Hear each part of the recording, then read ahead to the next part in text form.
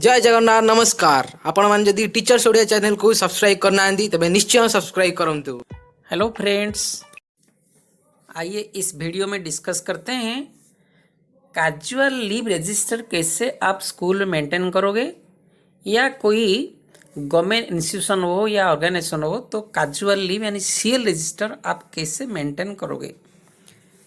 ये तो बिल्कुल मैंडेटरी होता है क्योंकि गवर्नमेंट का कुछ सीएल अवेलेबल होता है हर एम्प्लॉय के लिए। जैसे उड़ीसा गवर्नमेंट में 1 साल के लिए 15 लीव होती है सीएल। तो 15 लीव जब एम्प्लॉय लेगा या स्कूल में कौन टीचर लेता है तो उसका जो कितना लेता है क्या बचता है तो उसको एक रजिस्टर उसके लिए मेंटेन करना पड़ता है। तो उसको हेडमास्टर मेंटेन करता है। तो उसको मेंटेन करने के लिए आपको पहले क्या करना पड़ेगा, एक रजिस्टर तो लाना पड़ेगा जिससे ऊपर आप लिखना पड़ेगा कैजुअल लीव रजिस्टर। और ये रजिस्टर जो आप लिखेंगे रजिस्टर मेंटेन करने के लिए सबसे ज़रूरी बात क्या होता है, जो टीचर अटेंडेंस रजिस्टर होता है जिस पे टीचर साइन करते हैं या कोई एम्प्लॉय आता है तो सिग्नेचर करता है, उसका एब्सेंट या प्रेजेंट इसमें रिकॉर्डिंग होती है। तो उसमें भी जिस दिन वो अनुपस्थित रहता है या एब्सेंट रहता है तो उसमें भी उसका रेड स्याही में लिखा होता है।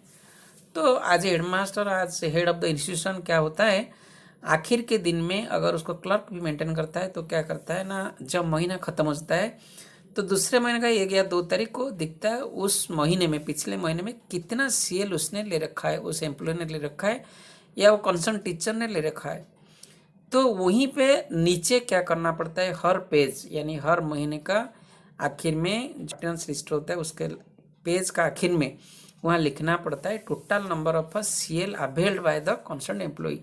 जो एम्प्लॉय का सिग्नेचर है उसी के नीचे, जितने एम्प्लॉय सिग्नेचर करते हैं उन्हीं के नीचे वो कितने ले रखे हैं उस महीने में वहाँ आपको लिखना पड़ता है, क्योंकि that is the data from where you will get to post in the casual leave register. जो आप रजिस्टर मेंटेन करेंगे उसमें वही डाटा ही आपको लेना है।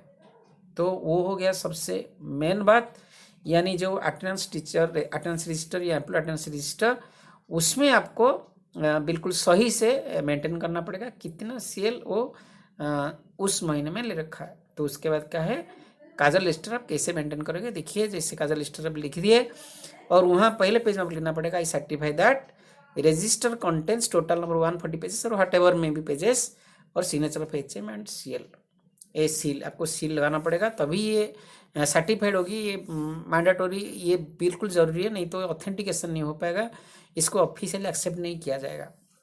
क्योंकि अगर इतना आप लिख देंगे तो जितना नंबर ऑफ पेजेस आप लिख देंगे तो ये क्या होगा ना, this will be legally accepted. तो ये सबसे ज़रूरी है। उसके बाद आप अंदर अगर हम चलते हैं तो अंदर कैसे करेंगे आप देखिए। अंदर क्या करेंगे आप, ऐसे मैं इस पर बनाया हूँ एक, देखिए CL details for the year 2018 1 January to 31 December. आप ये याद रखिए जब सीएल मेंटेन होता है तो एकेडमिक ईयर नहीं होता है, लेकिन इसका 1 साल का जनवरी महीने से दिसंबर महीना तक होता है, यानी 1 जनवरी से 31 दिसंबर तक लेना पड़ता है। उसके नीचे हमने लिखा है नेम ऑफ द एम्प्लॉय, उसमें रघुनाथ मुर्मू हमने नाम लिख रखा है जो एम्प्लॉय का। उसमें क्या लिख रखा है कि देखिए पहला कॉलम में नेम ऑफ द मंथ, सारे मंथ हमने लिख दिया है, जनवरी फरवरी मार्च अप्रैल टू दिसंबर तक लिखा है। और टोटल नंबर ऑफ सीएल 15, यानी गवर्नमेंट ऑफ उड़ीसा में जो 15 सीएल मिलता है तो हमने उस पर 15 सीएल लिख दिया है। और तीसरे कॉलम में क्या है, CL taken during the current month. उसके बाद कॉलम में बैलेंस नंबर ऑफ सीएल, आखिर में सिग्नेचर ऑफ एचएम। ऐसे ही आपको मेंटेन करना पड़ेगा, लिखना पड़ेगा। और ये जो हमने मेंटेन किया है एक पेज में अगर करते हैं तो उसी पेज में भी दूसरा एम्प्लॉय का भी आप लिख सकते हैं, है ना।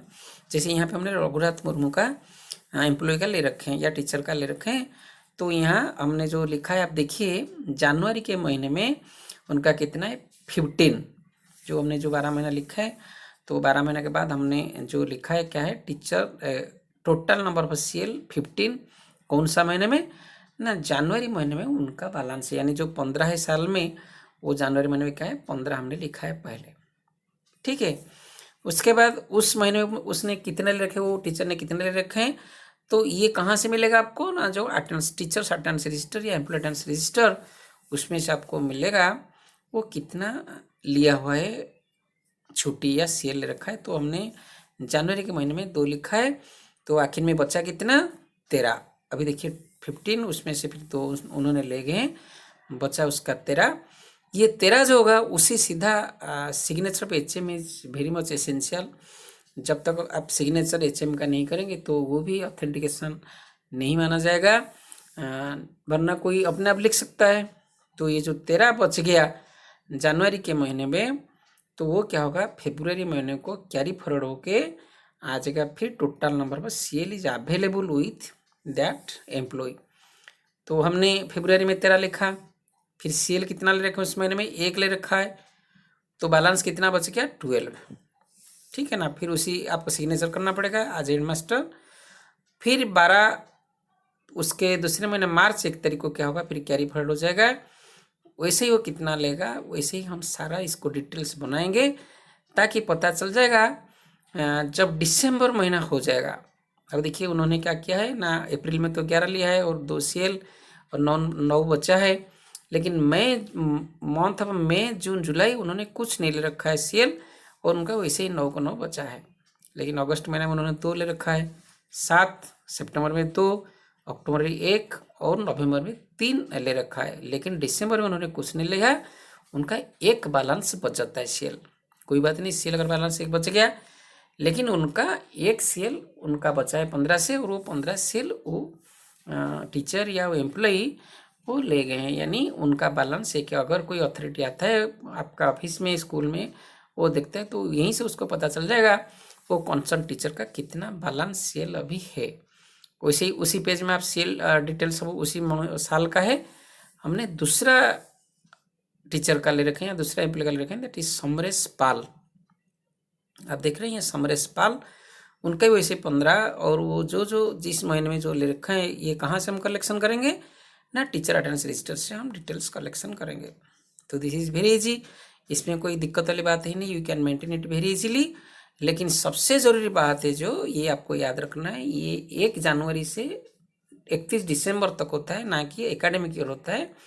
और जो टोटल CL होता है 15 होता है गवर्नमेंट, और ये वेरी करता है सेंट्रल गवर्नमेंट स्टेट गवर्नमेंट, सब स्टेट गवर्नमेंट से भी वेरी करता है। कौन स्टेट का क्या होता है उनको पता चला होगा, या उनके पास लेटर होगा जो किस स्टेट में टोटल कितना CL मिलता है। लेकिन हमारे उड़ीसा में कितना होता है, टोटल 15 मिलता है।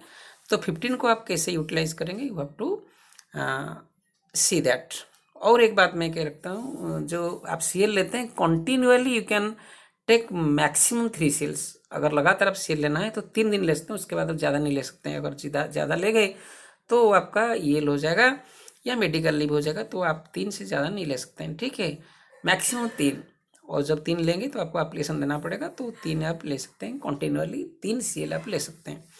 तो ये CL मेंटेन करना बिल्कुल ज़रूरी है एक हेडमास्टर के लिए, क्योंकि कोई अगर इंस्पेक्शन होता है, ऑडिट होता है, तो आपको पता चल जाएगा, जो भी आता है देखेगा नहीं इतना CL अभी इतने ये इस एम्प्लॉय का बाकी है। आशा ये वीडियो आपको ज़रूर हेल्प करेगा।